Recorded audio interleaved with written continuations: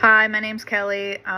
This is probably about the 10th time I've tried to do this video. I'm kind of a little nervous, but for my final with critical thinking class, a little bit about myself. I'm actually doing a degree in the collision repair field. I actually work as a front office technician doing the estimating and parts procurement for a small auto body shop while I'm actually getting a degree in the collision repair in the automotive field.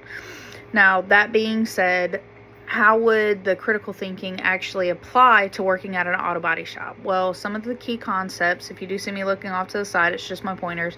Logical consistency, evidence-based reasoning, and awareness of cognitive biases. So to break those down simply would basically be the logical consistency. When you're doing a repair on a car that's been in a wreck, we have to look at the manufacturer's OEM process of how to repair that car back to the original specifications for safety guidelines, so that we're not endangering lives. Now, evidence-based reasoning is you get a lot of technicians that want to do it their way, have different repair measures that they want to do, things that they've been doing, as well as cognitive biases when it comes to different ways, because you got older technicians that have been in the field for 20 years, and then you get newer technicians like me that are coming out of the schoolhouse that are doing more advanced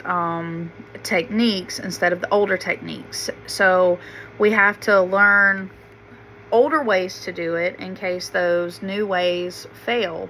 Take, for instance, you have a front end damage to your car, fender bender, or the bumper is cracked and damaged, as well as the what they call the hold on, I do know the word for it, the crash bar that actually goes behind the bumper. Forgive me for that, sometimes the words don't really correlate, but that crash bar is very important, because behind the bumper in that crash bar, that's where your sensors for your airbags sit, as well as when you're talking about your lane assist, your brake assist on the newer cars. In older cars, it's mostly just where your airbag sensors will sit. That being said, say you get in that wreck, the airbags don't deploy, but you still need to fix that car. Maybe the crash bar got damaged a little bit, but it's repairable. So you're not going to want to take that car and tear it down and just put the cheapest parts in it. The techniques for, say it's a Dodge car, you're not going to want to do a Honda repair technique on that, because you may not be doing that technique correctly. A lot of that, as I said earlier in the video, is making sure that we're putting out a good product. You want to make sure that your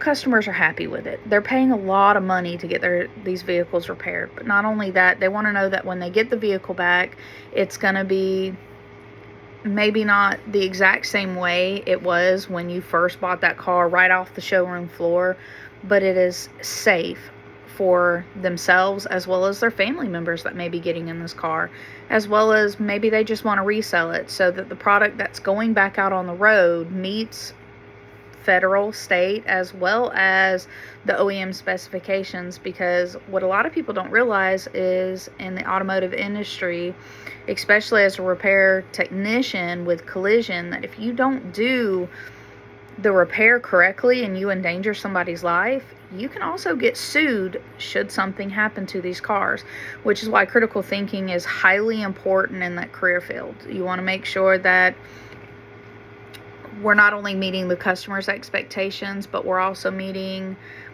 just regular standards that are put out by the industry. So I really enjoyed this class.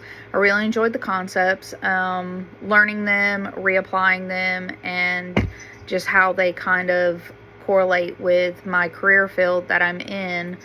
And then, helping me understand how that can be applied for my future success in the career field.